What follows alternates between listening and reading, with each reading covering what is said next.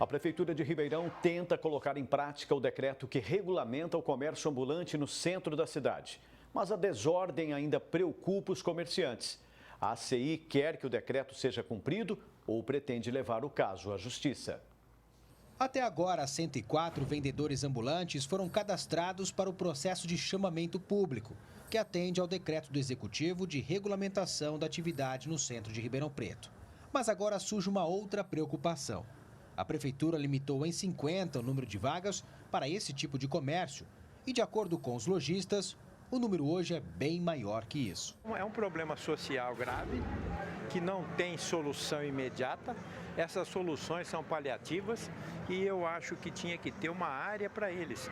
E vou dizer mais, mesmo com uma área, um camelódromo grande com 100 metros quadrados de diâmetro, e depois? E os outros que virão para Ribeirão Preto? Em uma reunião com a ACI, a Prefeitura se comprometeu a aceitar o comércio ilegal até o próximo dia 15 de setembro. Depois disso, só ficarão aqui no centro os ambulantes cadastrados. O Executivo deve contar com o apoio da Polícia Militar e Guarda Municipal na fiscalização. Mas se isso não acontecer, a Associação Comercial pretende levar o caso à Justiça. Nosso departamento jurídico acha que nós devemos entrar na Justiça derrubando o decreto e pedindo que o juiz faça a obrigação de fazer da Prefeitura, que é cumprir a lei que existe, que é proibido o ambulante no centro da cidade, num espaço de 300 metros dos prédios públicos históricos. O Jornal da Clube já mostrou anteriormente o descontentamento de comerciantes com o decreto da Prefeitura, que regulamenta a atividade no centro. A categoria contra o comércio ambulante, sob justificativa de que não há procedência nas mercadorias que são vendidas, sobre a falta de recolhimento de impostos e a defasagem nos preços aplicados, prejudicando a concorrência na região. Esse economista diz que a situação pode trazer prejuízos à economia do comércio no futuro. Ele não tem o mesmo custo fixo do comerciante. Ele vai ter uma condição melhor de preço. O comerciante vai acabar demitindo. A próxima etapa é fechar.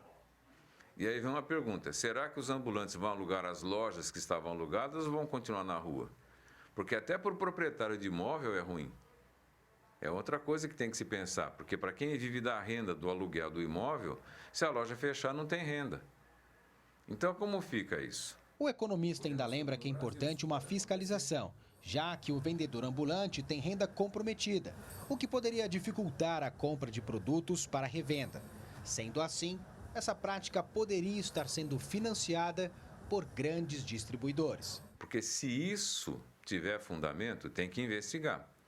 Nós temos uma situação muito mais complicada, porque, primeiro, nós temos exploração do trabalhador numa questão de subemprego. Segundo, nós temos o prejuízo para o comerciante que está estabelecido com funcionários registrados. Então é isso que também a fiscalização do trabalho devia haver. Que, na realidade, esse pessoal que trabalha no centro não tem registro em carteira, não tem segurança nenhuma. Se acontecer um acidente, se eles forem atropelados por um automóvel no desenvolvimento da sua função, eles não têm nenhum direito que os proteja. Mesmo com o decreto e o cadastramento, o cenário no centro continua o mesmo. Frutas, roupas e vários objetos sendo vendidos livremente, sem nenhuma fiscalização. Outro dia estavam fazendo churrasco aqui na calçada e o lojista estava clamando porque a fumaça estava indo dentro da loja. E com razão. Ele está atendendo um cliente e ele não quer saber de fumaça para atender esse cliente dentro da loja dele. Rafael Aguiar para o Jornal da Clube. A Prefeitura diz que os documentos enviados estão sob análise que visa o cumprimento do decreto. Na sequência, serão convocados os habilitados e também os locais e produtos que serão autorizados. Agora, ao vivo, Thaís Mantoani traz mais informações. Thaís? O compromisso da Prefeitura com a Associação dos Comerciantes é de que os ambulantes podem ficar no centro até o dia 15 desse mês. Eu vou conversar agora sobre esse assunto com o Ricardo Alves de Macedo, que é advogado. Doutor, depois desse período, qual medida deve ser seguida pela administração? Como se fazer valer o decreto? Boa tarde. Boa tarde, Thaís, Pucci, e a você que nos honra por sua audiência. Observem, o decreto, a partir do momento que passa a valer, ele tem que ser forçosamente cumprido. Ou seja, o decreto é uma das formas, uma das emanações pelas quais tem caráter vinculatório. Então, a Prefeitura tem que se valer dos seus setores próprios, e aí, no caso, fiscalização geral e Guarda Civil Municipal, para que não subsista mais no quadrilátero central a atividade dos ambulantes. E fazer valer o conteúdo do decreto também é de interesse da Prefeitura? Lógico, né? O ambulante não paga tributos, não é? Não é porque ele é ambulante que ele tem que estar no limbo, no campo da ilegalidade.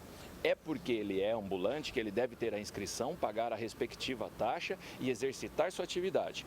Então, eu até deixo esse conselho, se você é ambulante, vá, se inscreva, faça a sua legalização, porque senão é um crime a mais para você, um exercício ilegal de profissão, é uma sonegação fiscal, é uma situação talvez de violação de direitos autorais. Se unirem aí várias pessoas e começarem a praticar o comércio ilegal, pode dar até associação criminosa, então é forçoso, legalizem-se.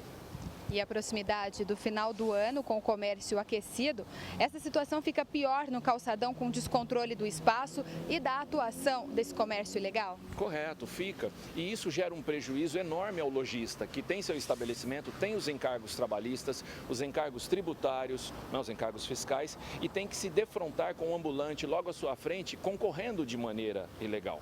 Porém, eu só não consegui entender ainda a situação do decreto, ter todo esse prazo, sendo que esse decreto não careceria de existir.